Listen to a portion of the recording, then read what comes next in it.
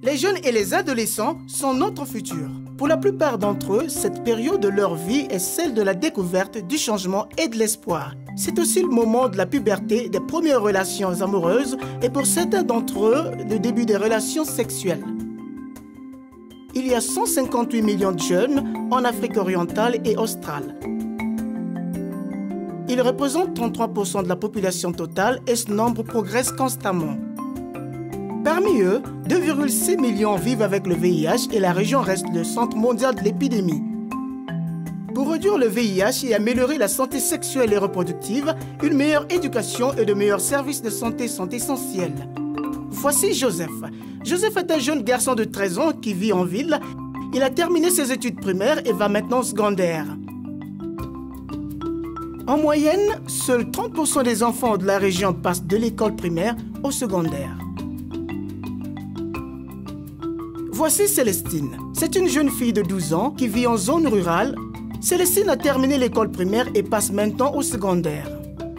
Dans la région, les filles sont plus susceptibles d'abandonner l'école que les garçons.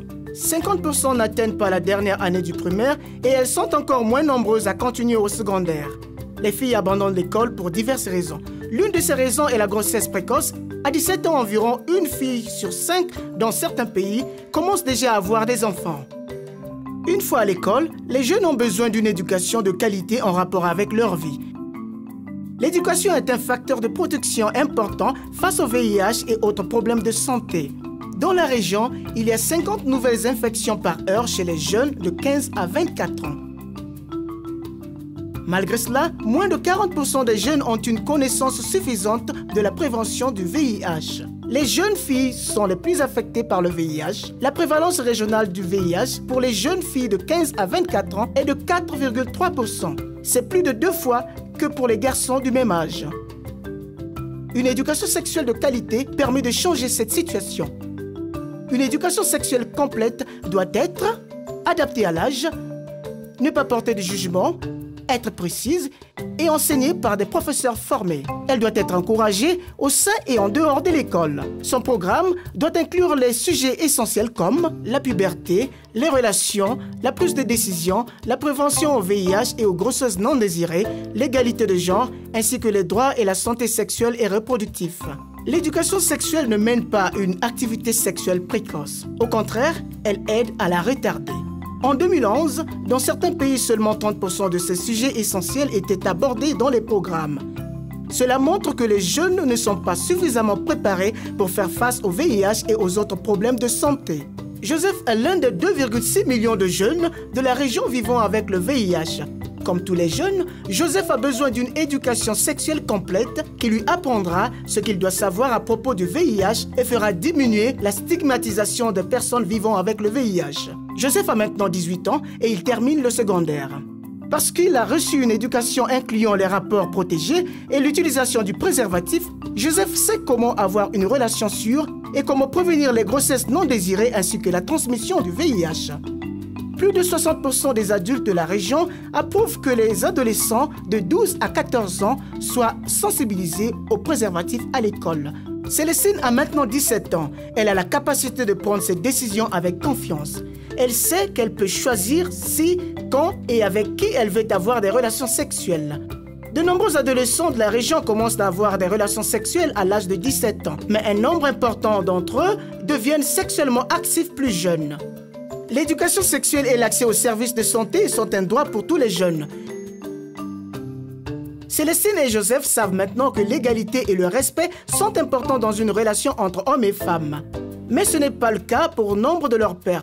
Les inégalités et les violences basées sur le genre sont un sérieux problème dans la région. Entre 15 et 35% des jeunes femmes ont été victimes de violences sexuelles ou basées sur le genre. L'éducation peut améliorer l'égalité du genre et réduire les violences. Mais l'éducation seule n'est pas suffisante, elle doit être soutenue par des services de santé sexuelle et reproductive, des services sûrs, confidentiels, accueillants, facilement accessibles et abordables pour les jeunes. Ces services doivent inclure contraceptifs et préservatifs, la circoncision médicale volontaire, les soins pré- et postnataux, les avortements sans danger là où la loi l'autorise, le dépistage du VIH, les traitements et soins du VIH et autres IST, ainsi que la prévention de la transmission mère-enfant. Célestine sait comment gérer sa santé sexuelle. Elle pourra accéder aux contraceptifs qu'elle désire, même si dans la région, seulement une femme sur deux a accès aux contraceptifs modernes qu'elle souhaite avoir. Il est plus difficile pour les adolescentes et les jeunes filles d'avoir accès aux contraceptifs que pour les femmes âgées de plus de 24 ans ou mariées. La grossesse non désirée est une réalité pour de nombreuses adolescentes et jeunes femmes. La mortalité maternelle est l'une des causes principales de décès chez les jeunes filles. En 2008, il y avait dans la région environ 2,5 millions d'avortements pratiqués dans de mauvaises conditions de sécurité. Célestine sait que quel que soit leur âge, leur statut marital ou légal, les jeunes ont droit à l'accès aux services dont ils ont besoin.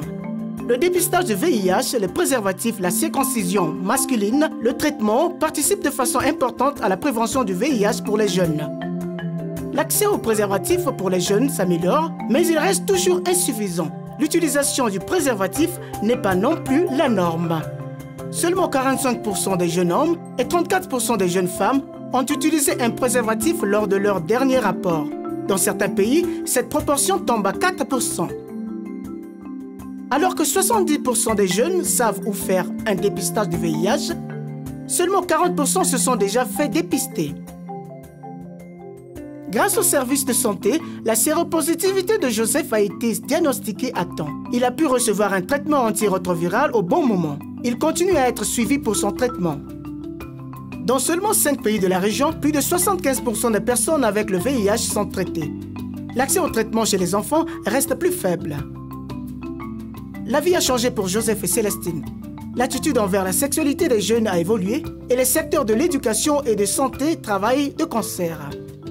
Grâce à l'éducation sexuelle et aux services de santé sexuelle et reproductive dont ils ont bénéficié, ils peuvent maintenant prendre des décisions éclairées à propos de leur vie et de leurs relations. Ils peuvent rester en bonne santé et choisir si et quand ils fonderont une famille. Célestine sait qu'au moment où elle choisira d'avoir une relation, ce sera sûr et équitable, qu'elle pourra parler ouvertement à son partenaire et utiliser une contraception appropriée.